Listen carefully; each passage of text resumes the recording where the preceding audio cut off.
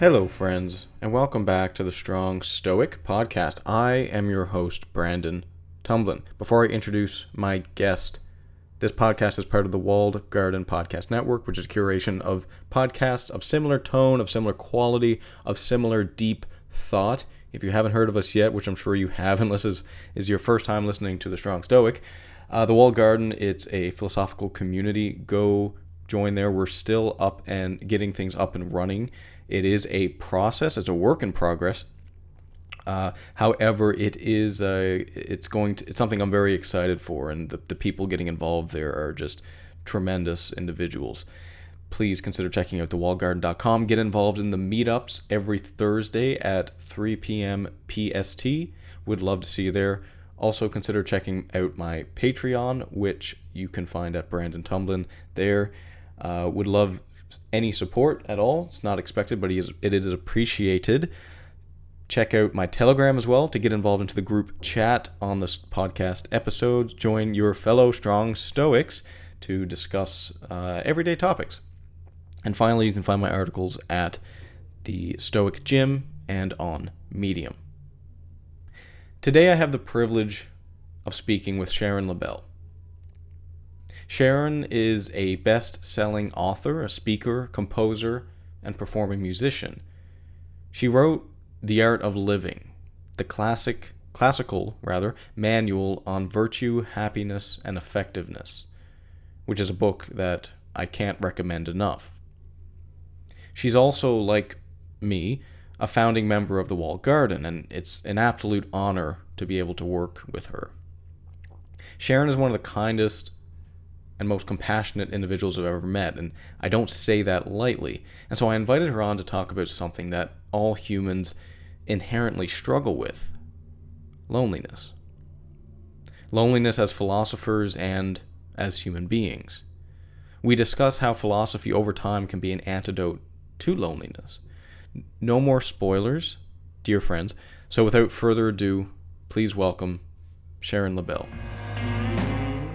I'd like to maybe go through a bit of the philosopher's journey, because I feel like it moves from, I think, loneliness. It's maybe initiated by loneliness, but then, I think the end goal is actually shared humanity with other people in community and everything. But I think it, for a lot of people, and especially young people, it starts with loneliness. And I think this is a very good time to do it in the world, because it is, I think, post-COVID, people are sort of struggling with that.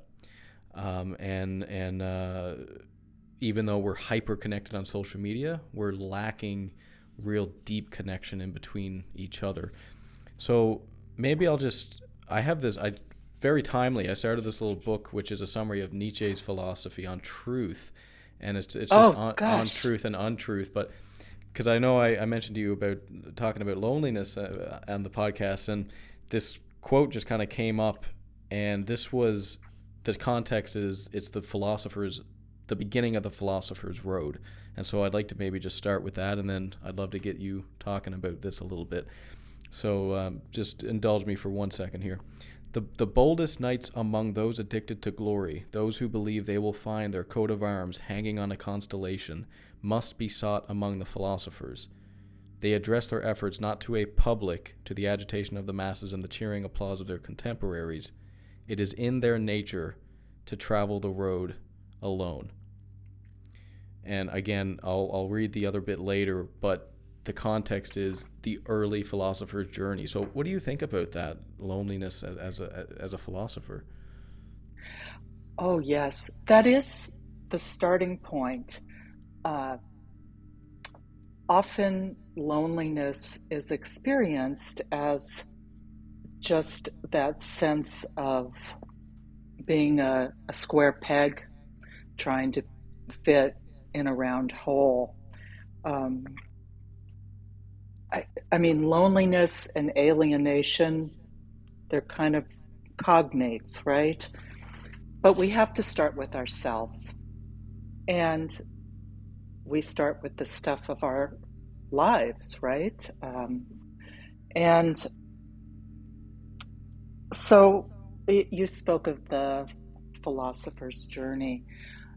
I think the first step we take, wittingly or unwittingly, sometimes animated by just sheer desperation, is intense self-reflection, where we ask ourselves, to put it in, a kind of modern vernacular, what works and what's not working. Maybe I'm going to transpose those. I think we start with what's not working, and then we move towards, well, what works, or what kind of works. And by um, using that kind of those colloquial expressions, I simply mean we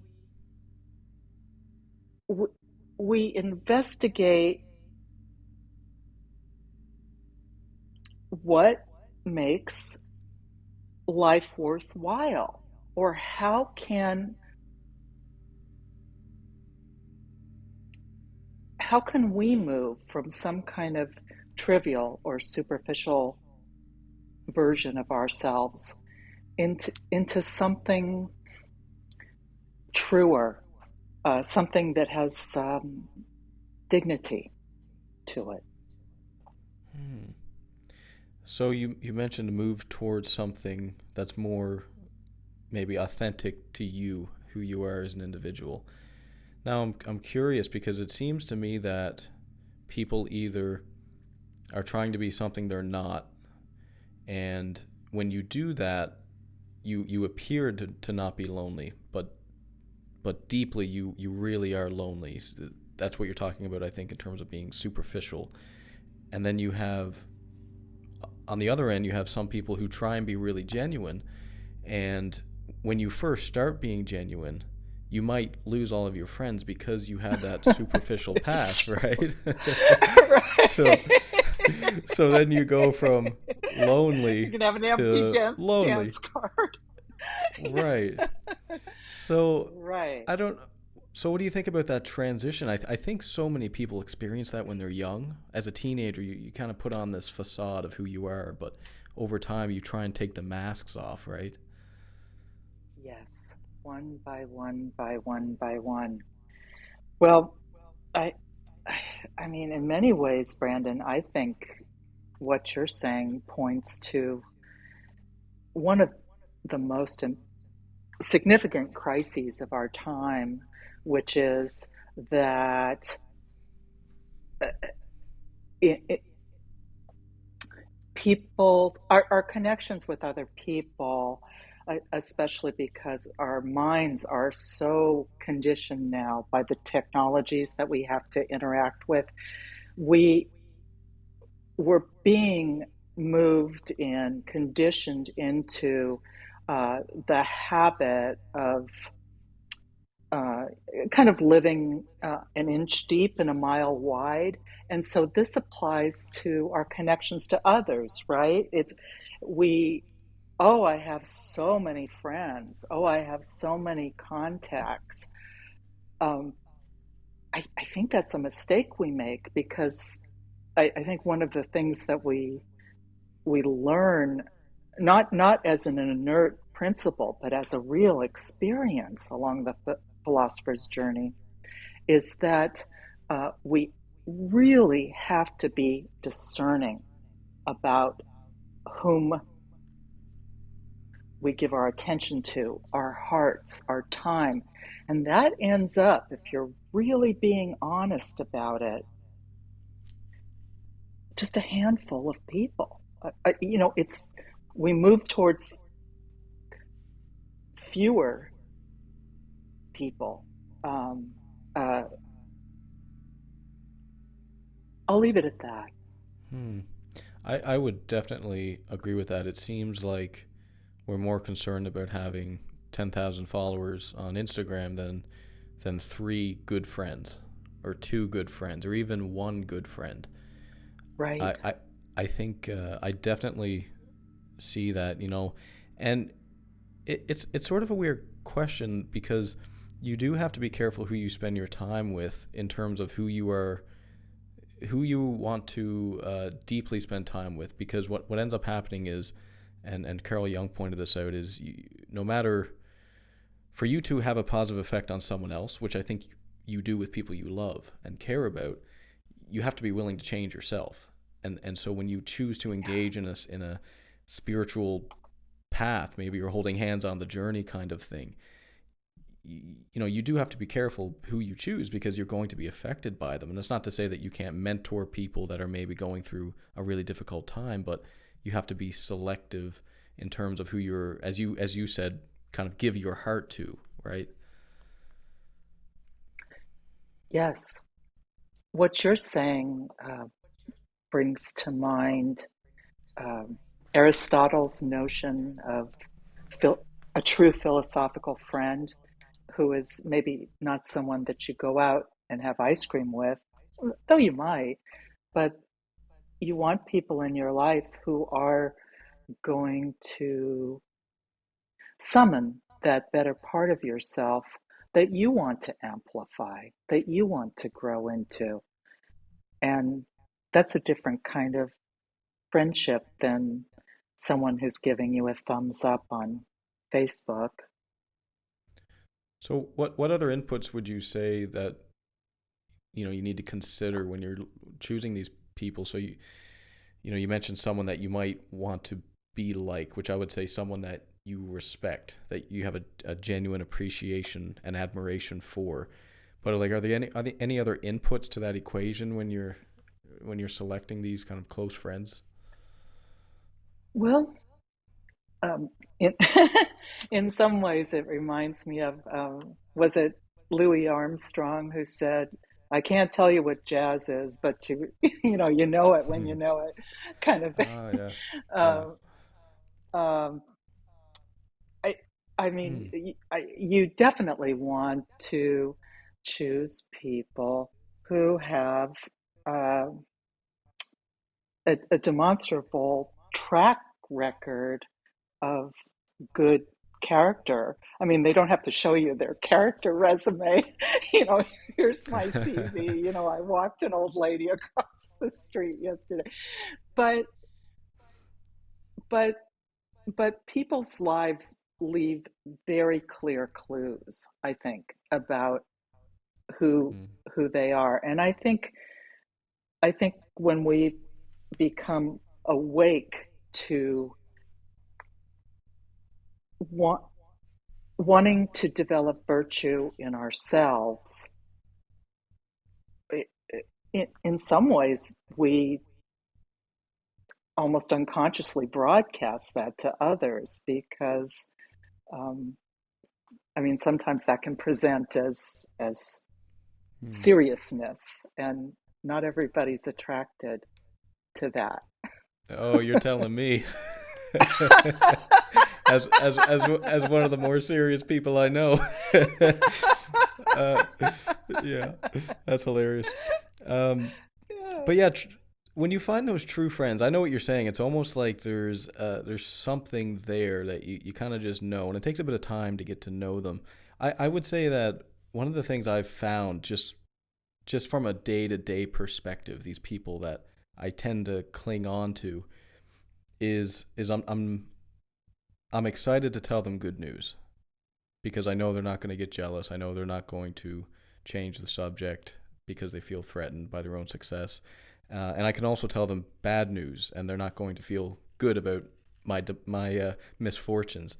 And you know, I have those in my life, and I just it makes such a difference to be able to have people like that you can go to, and likewise, I've tried to be that friend, like genuinely feel good when someone tells me good news, because I think we're almost reluctant to do that. We're almost reluctant to say like, hey, you know, I got a promotion, or hey, I'm getting along a lot better with my mom or my dad.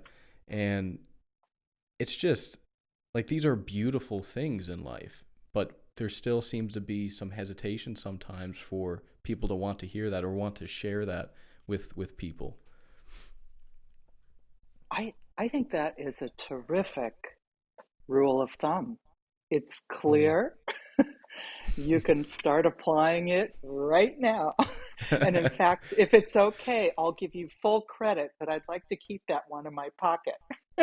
Yeah. Well, it just kind of came to me naturally, just because it just came to me. I had some friends that I would actually want to share good news to, and in the past, growing up, it's hard to find those people. It's hard Yes, it is. that are really happy, almost like that um uh like I had that from my mother growing up, right? So I've always had that sort of, if you have good news, you share it, and I'm going to be genuinely happy for you. But to find like a friend, a true friend that can do that as well, I think is really a beautiful thing. Um, Very yes, precious indeed. Yeah. yeah, very precious. Now, I suppose, how do you, I guess, how do you balance all of this? Because so you do quite a bit, and I love your background. I love your house, and it's beautiful. Um, but you do a lot. So you write, and you're involved in the walled garden, and at the end of the day, I think there's only so much time in a day. But I guess, how precious is that time with friends? Like, do you what do you do throughout your day to make sure that you're being present with them, or seeing certain people enough that yeah, like what do you do in your day-to-day life to make that happen? Two things. Funny you should ask, because well, let me back up a bit. I I realized a few months ago that I was becoming disconnected from community, and I I, I noticed it because I I didn't feel good. I felt lonely, and so one thing I made a deal with myself that no matter what, every single day, no matter what kind of avalanche of work or claims on my attention have to be addressed, I I do a very old fashioned thing. I pick up the phone and I call someone, and I have to get someone at the other end. That's the little rule, I sometimes have to Yeah. wade through a lot of, you've reached blah blah blah, so there's that. But even better, this is this is a thing that I'd like to say that I figured it out as some stroke of genius or something, but it I just kind of fell into it. But this has been one of the best things I have ever done with my life to foster um, a genuine sense of being in community, in connection uh, with people who, in their own small ways, are trying to elevate the quality of the worlds they inhabit. And it's this, and I don't know if I've ever told this to you, but every single day, even if my hair's on fire, it doesn't matter. I pick up one of these antiquated things. It's called a pen, and some paper, and I write a letter. I handwrite a letter to the first person I thought of that day. It might be someone I know. It might be someone like an author I admire. It can be anyone. And one thing I've learned from doing this is you can find anyone on this planet. You can always write to someone, care of their publisher or whatever. And the important thing is that I'm doing this for myself, not in order to elicit a response or create pen pals. But what happens is when I write these letters, sometimes their basic spirit is one of expressing gratitude for the other person, or maybe well wishing because maybe they're dealing with some kind of medical challenge, or it can be a fan letter. it's whatever is the spirit of the letter is whatever suitable at the moment. But by sitting down and writing out what I'm thinking while holding this person in my mind and heart, it, I mean, in a way, I guess it's kind of like a meditation or a contemplative practice. It makes me real. It reminds me what I am really thinking about, and I write it down and I send it and I put it, um, I just address it and then I put it in my outbox, which is my passenger seat of my car, because I have to take it to the post office because I live in a rural place. And okay, it's just this dumb letter, one letter. Well, the thing is, if you write a letter to someone, which is to say, slow down to the speed of life once a day. And mind you, this takes 10 minutes at the most. It's the amount of time we could be scrolling and looking at silly things. You end up having 365 fortified connections with people and with yourself, with your own mind and heart. And what happens is a kind of narrative through line starts to emerge across all of these letters, even though the recipients are all different kinds of people.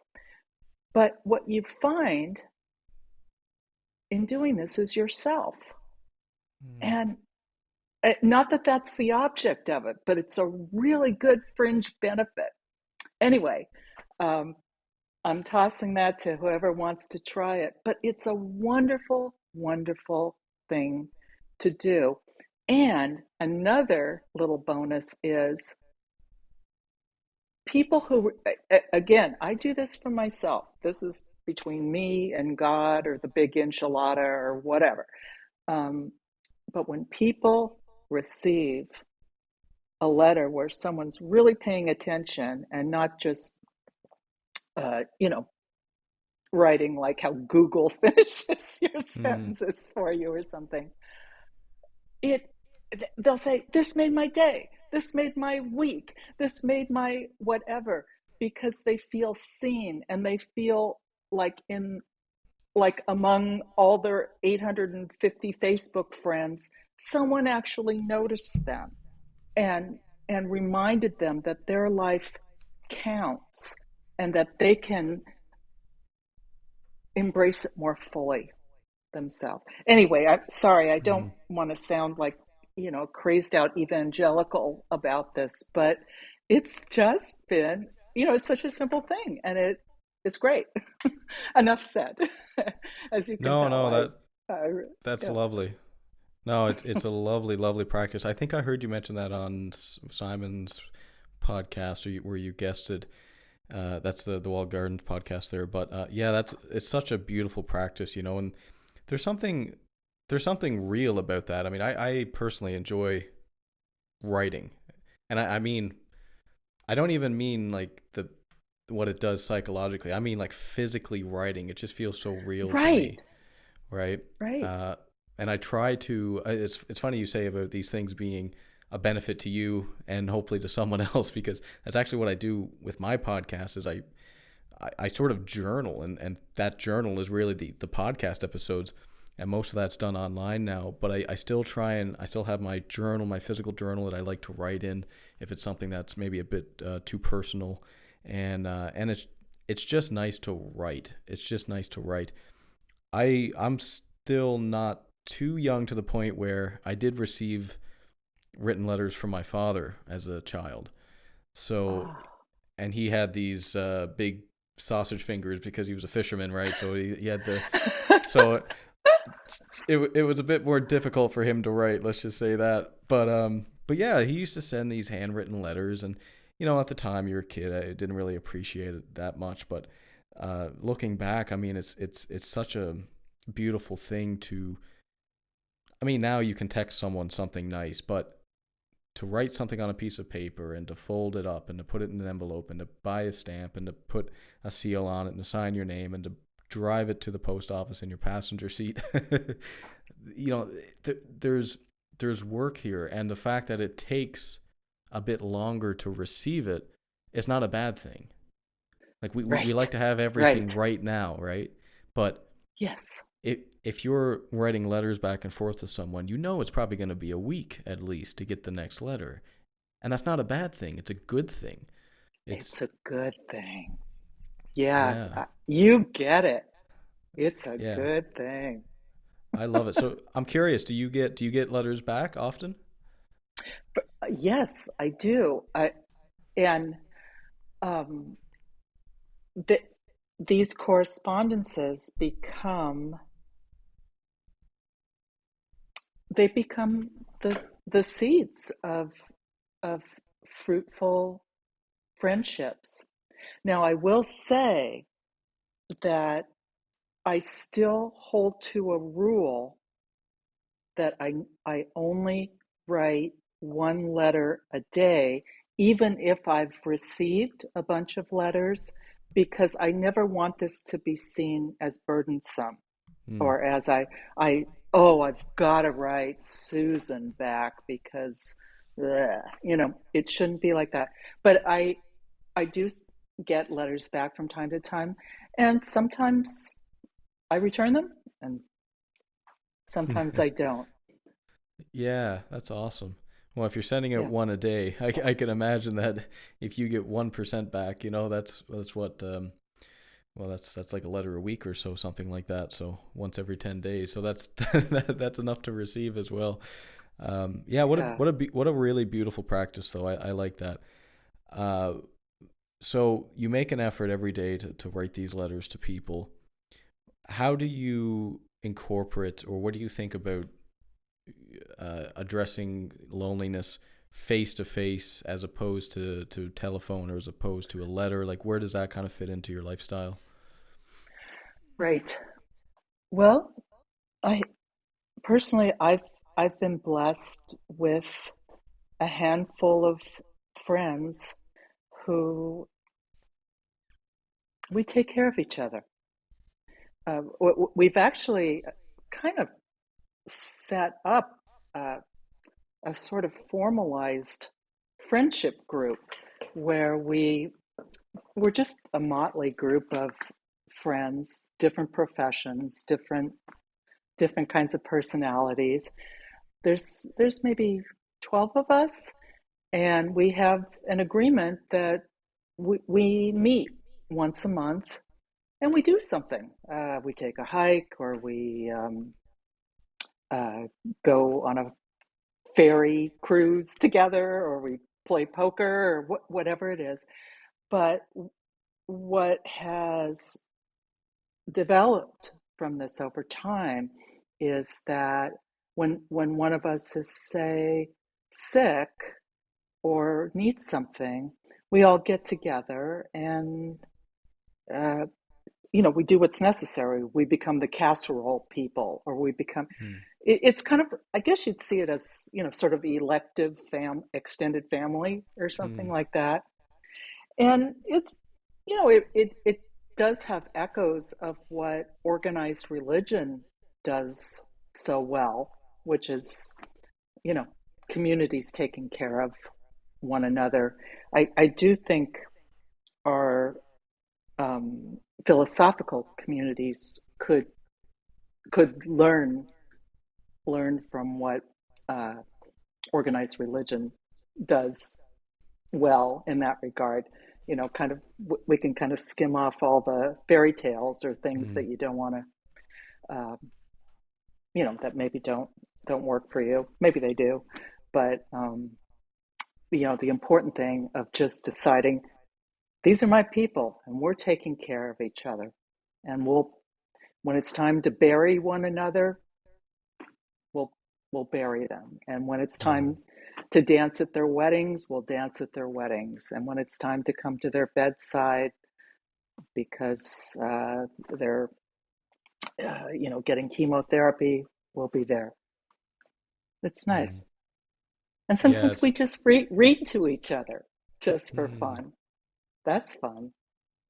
sounds Yeah. like such a beautiful little group you have there. I would agree. I think that we need to bring this idea that religious groups have had for a very long time, the sense of community, the sense of coming together, and my opinion is that's what we're trying to do at these meetups at the Wall Garden. So, um, Right. just to plug in a little advertisement there, go check out the Wall Garden meetups. Yeah. But I do think that's what we're trying to do there is get some of that community, and it's been really touching for me to hear from some of these people who are really, they're not authors and they're not podcasters. They're just people that have really interesting stories and perspectives on life, and the people that come to these events as the audience and hearing their input is just beautiful.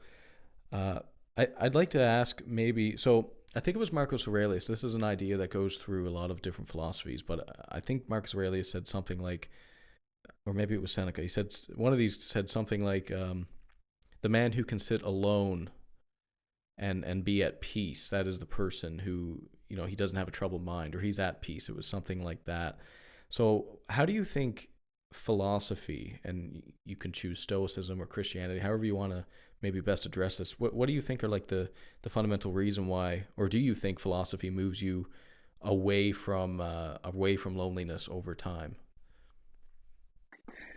Well, one example uh, from our Western philosophical tradition, which is located in Stoicism, big time, is that ideal of um, the injunction to be a citizen of the world. In other words, to see yourself as, yes, you're an individual and you need to get your own act together because that's the only act over which you have Mm, control. But you're not doing this in order to sit in a cave. You're doing it in order to be of use to other people, uh, to be in dialogue, to share joy, to build, to maintain, to make art, to feed people. Uh, I hope I'm not getting too far uh, afield from what you're saying, but I guess yeah, step one is learning learning how to have a self-sufficient mind. Why? Not so that you can be self-sufficient, but so that in a way you're not when once you engage with other people, you're not being the problem, you're not being the burden. Instead, you can be the augmenter in any given group or at any given moment. Does that make sense to you? yeah, yeah, for sure. No, I think yeah, and I think the Stoics would word it like like shared divinity. Christianity would too. This that you're part of the cosmos, right? That deep Yes. connection with other people, but it also reflected in me, and you mentioned this kind of like giving back as well. So the things that you do in life are not just for you, and there's certainly absolutely things that you can do that are just for you. Like you can just watch TV alone, and that's fine, maybe a little bit here and there, but that is something that is nice for you, probably doesn't benefit the world. But there's other things that are, I would argue, more meaningful. Like you can play music with someone, right? And you can benefit the people listening. You can benefit the other people that are playing the same song. And so it's not the case that just because something is contributing to the world that it's not fun, right? Sometimes we have this misconception that Right. it's all work, but it's not the case at all. You can definitely, I mean, I'm sure some of the hikes and the poker that you play with your friends, it's benefiting the group, but it's also fun, and that's part of what benefits the group. Yes. Yes. I mean, what are we here for heaven's sakes? Let's have a little fun. I mean, in a way, saying that, there's a little self mockery in that, I confess, because Hmm. fun is not something I ever came to naturally. That was, I actually, I hope I'm not being presumptuous here, Brandon, Yeah. but I do feel somewhat of an affinity with you, that, Yeah. the serious girl, who's got her nose in a book, and, Right. come on, some of us want to have some fun. Yeah, yeah. No, I Yeah. definitely relate to that for sure. Yeah, and that's actually been something personally that I've struggled with is doing that, is making time to not work and to actually just relax a little bit. And I actually had this deep actually I was talking to Simon about this, and I had this deep revelation about this, that like maybe it's not a good thing to work all the time. And that sounds obvious, but I mean it on a very deep level. Like, I mean, working all the time, maybe that is actually a manifestation of evil itself. Like, if you think about the person at work who is just so, like, they're so into their work, and they can never sit back and have a beer, or they can never get away from their work, and they're just so absorbed. Even if it's like meaningful work, their disposition is not relaxed. They're very uptight. They're very focused, and I mean, to be honest, they're not very fun to be around. So Right. I think there's something like, maybe the virtuous person is not the one who works 24/7. Maybe the virtuous person is the one who works 8/6 or 8/5, and then is able to put down the sword every now and then and say, you know what, despite how serious this work is, despite the fact that I have all this work left still to do, despite the fact that we're all going to die someday, I'm going to sit here and have a laugh.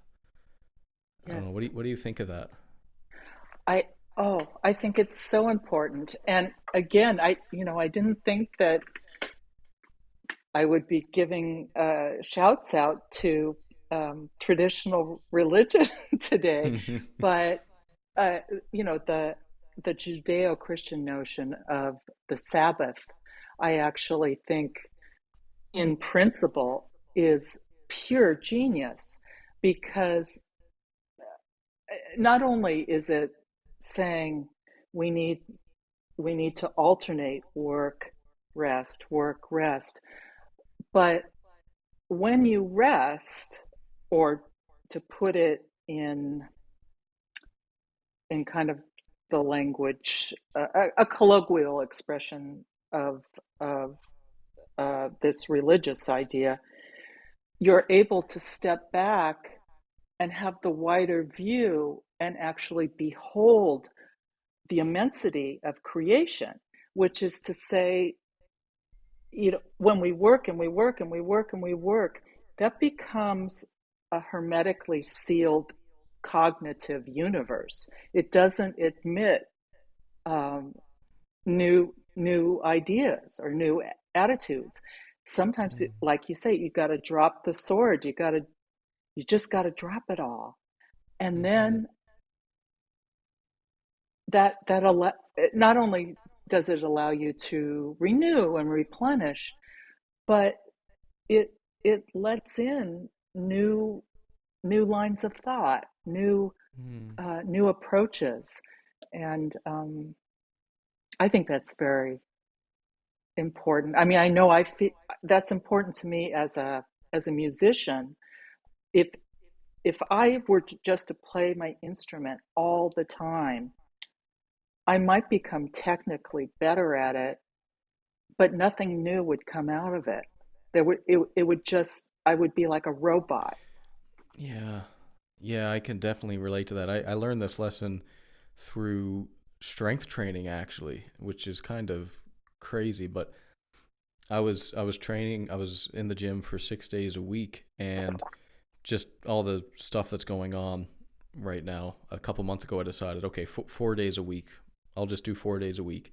I'll cut back, Yeah. I'll still get the same work in, but I'll put it down to 4 days a week. And it's actually been better. It's not What do worse. you know? Isn't I'm that interesting? I'm getting stronger. I'm not getting weaker. I'm getting stronger than I was when I was doing 6 days a week. And it's because of that very thing. This is like a very physical example, but it's true philosophically too, that when you allow yourself to take a rest, it gives your body a chance to heal. When you allow yourself to put down the sword, it gives your soul a chance to heal. And and that's hugely beneficial to the work itself. So even if your end goal is get stronger, the best way to do that sometimes is to take some days off. Yes. Yes. I think I mean, perfect metaphor. I think it's a great metaphor for strengthening our primary relationships too.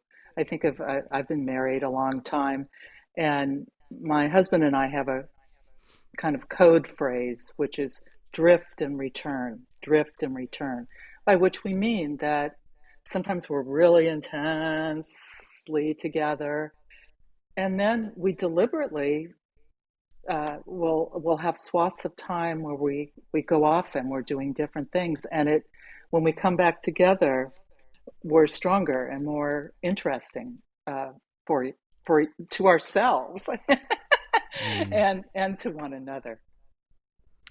Yeah, it's funny you say that because I heard Andrew Huberman. He's a neuroscientist, and he was talking about this, that they've studied long term relationships, and they found that the ones that do that, where they'll like they might not even touch, like physically touch for a week, Right. and then they'll go back. They'll have these phases of, as you say, drift and return, and that is what's actually makes you that's what actually makes you stronger. Now, to tie this into loneliness, this is interesting because I think a lot of people have this misconception that when you find a relationship, when you find a friend, when you have children, that loneliness just disappears. And I don't think that's Mm-mm. true. I don't think that's true at all. I think that you still sometimes have to go through these periods, and maybe that's not a bad thing. But what do you think about that as someone who is married and has a good relationship, good friendships? I think you have children as well. So what does that ring for you? Tons. I have tons of kids. I am the matriarch of a dynasty. Um, the loneliest there's the loneliest place is in a crowd. Mm, And it's not the crowd's fault. It's because loneliness is a condition that's within us, because we have to make friends with ourselves. We have to know what it is we care about, what it is we're trying to do in this moment, in this day, in this life. And when we become disconnected from those things, just life starts to feel really stupid, really absurd. And the way that presents is is loneliness, is feeling like, I, where do I go? Who do I talk to? What, mm, the universe, or life is so abrasively loud, but where's the music? Um,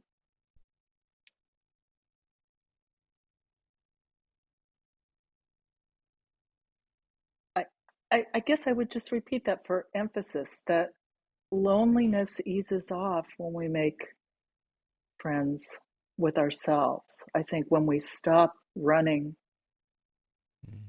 from ourselves, stop running from the the bad or deficient person that we fear we might be, and instead, Yeah. from that kind of philosophical cosmopolitan point of view, we remember, ah, yes, I'm merely a human being. But I'm a human being. Think about that. I don't have to be a saint. I don't have to be an angel.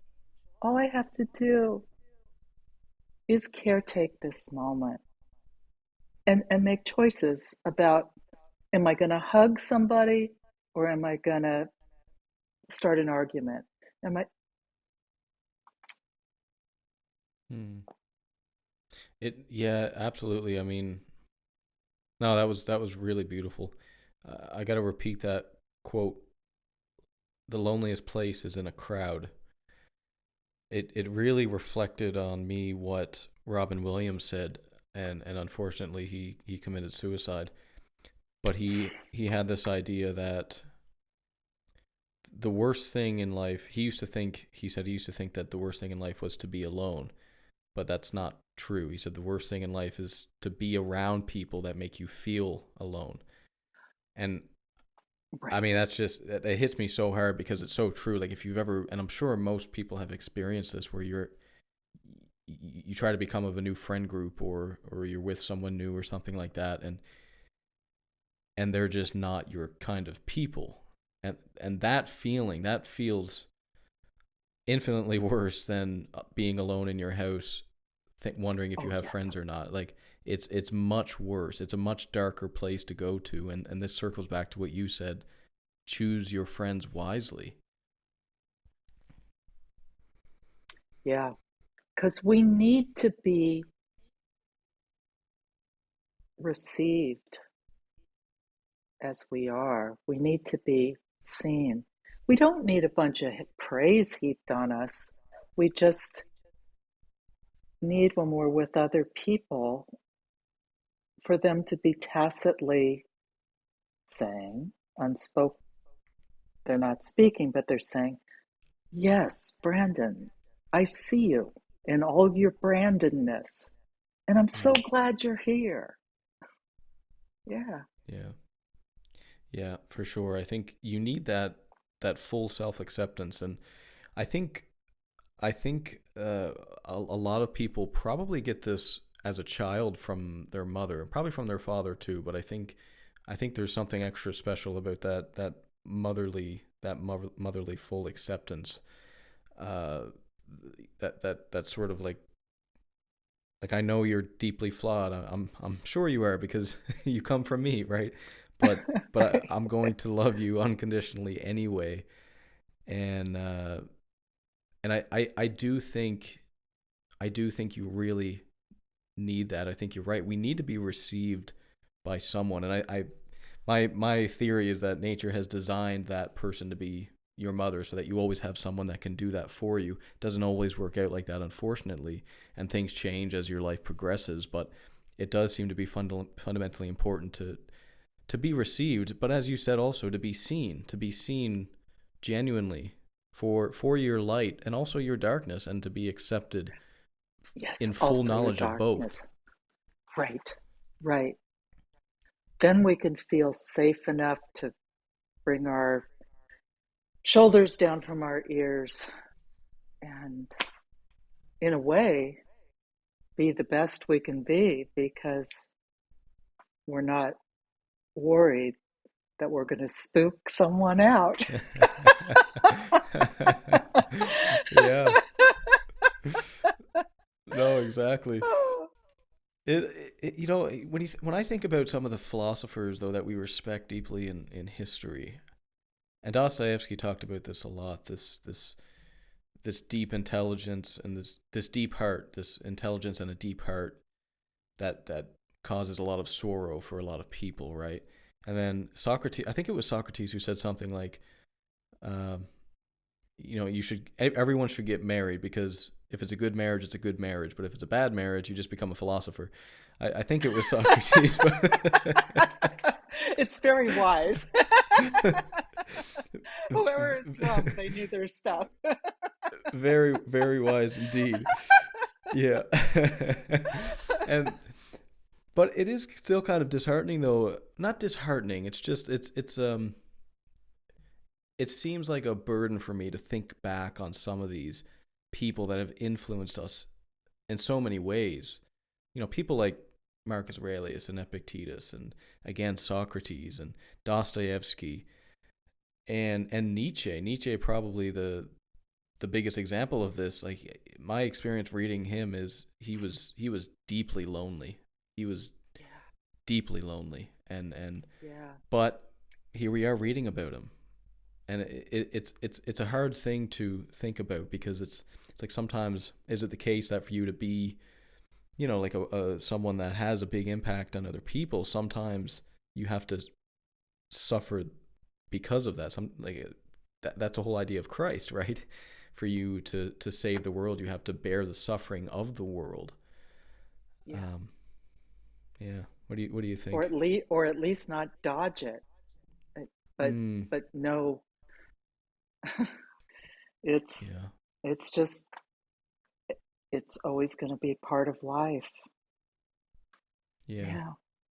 But Yeah. we I can think. still love anyway. We can still do good things anyway. Not in spite of, but including the suffering.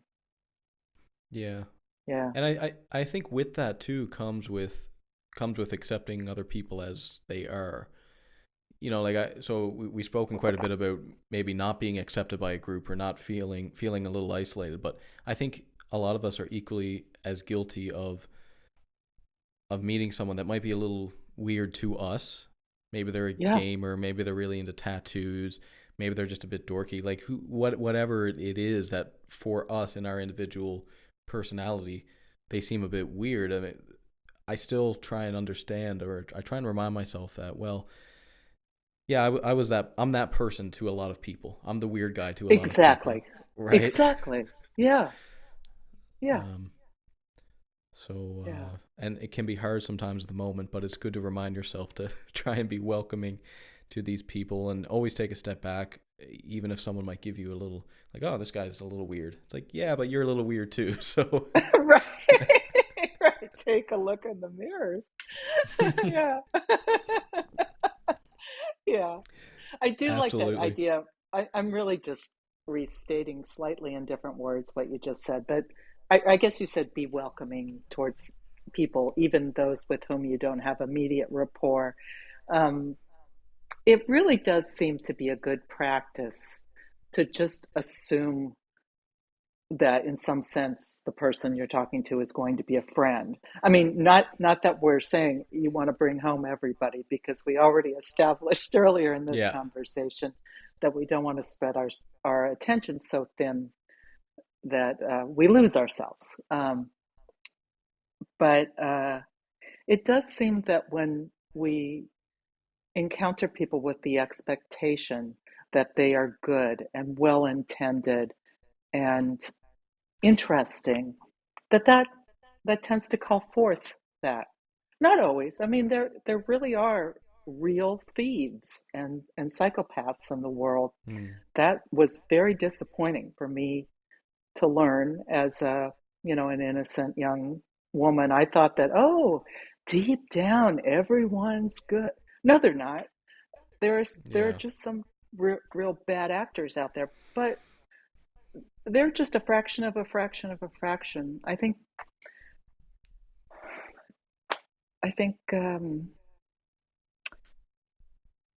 by how we comport ourselves, we can summon the best in others, and Hmm. it's worth it to try. I think. Yeah. Well, I asked a previous guest I had on, David Schmeichel, what he likes the most, and this is kind of ringing for me here. He said he likes to grab those little moments where people's nerdiness comes out, and he likes to, Oh, that's great. and That's he likes great. to. Yes. He said he likes to recognize it as as a good thing, and make sure the person knows that it's not that it's okay; it's that you should put that out into the world. It's like when you see this sometimes. It's one of the most wonderful things to see if you're again open-minded with this perspective. Someone starts talking about something they're really really into, and then they start talking really fast, and then they're breathing, and they're kind of like a kid again, and then yeah, and it's such a wonderful thing to see. And for most people, myself included, the initial reaction is, oh, this Well, is a little weird, right? But yeah. try and take that down and just I try and now when someone does that, I try and just smile at them and just be like, yeah, you really like this. Like, this is really cool. It's like I'm like that with Star Wars, or I'm like that with music or philosophy or whatever. So it might not be this particular thing, but that spirit that you're bringing, that love that you're bringing for this one thing, I share in that. Just not the same thing, but I share in that. Right. Yes. Yeah. And who knows, maybe fly fishing is really cool or whatever they're, going on about. Yeah. The Yeah, I mentioned this story before, but it was actually I was at the dentist one day, and she was telling me how to floss and all this stuff. I knew how to floss, but they love to instruct, so I let her show me. But then, I asked her about her. I asked her something about her personal, like if when she flosses, and then she starts getting really excited about flossing, right? She's like, "Oh, I get in there and I get in the back, and I get really excited when I get the," she was really getting into this, and it was about flossing, right? And I just it was such it was just a wonderful thing. But people can fall in love with the smallest, most nuanced thing, and that is not a bad thing. It's not. It's we all have those little things, and that's a good thing. It's not It's that it's a it's weird. blessing. Yeah. It is. Yeah. It really Yeah. is. Yeah. Yeah. And for the person, that's like what we live for, those little moments where you kind of get caught up in the moment and you're just like a kid again. Yes. Yes. Amen. Yeah. Amen. That's Amen. I think I have to finish this just because I said I would. I know we've covered a big, but there's one little paragraph in here that I think I should probably end with. This is in the same book that we started with. And I Yeah. read that paragraph, and then it follows it with, even a Pythagoras in Empedocles treated himself with a superhuman esteem, indeed with an almost religious awe, though the bond of compassion, together with grand faith in the transmigration of souls and the unity of all living things, led them back again to other men and to their salvation.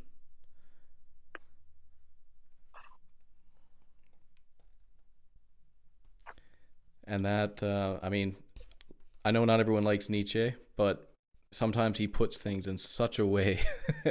And he did that. Like for me, it was, Oh, you know, choose philosophy because you're lonely, and that might lead you away from men for a while. Humanity, it might lead you away. It might put you into isolation, but ultimately what you find is that it brings you back. it brings you back. Drift and return. Drift and Mm, return. Drift and return.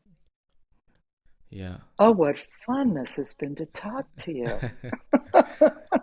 Sharon, I really appreciate you. It's been an absolute pleasure talking with you. I Oh, love your perspective, and I felt a lot more calm this episode too. So I'm talking slower. I'm normally like an East Coast Canadian, so I think you're having a personality effect on me as well. So, so, oh, that delights me in every way. so, so thank you again so much. And where can people find you if people want to get into your work? What would you tell them?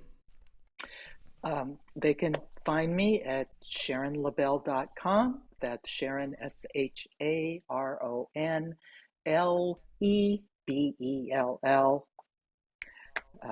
Lebell like ding dong. At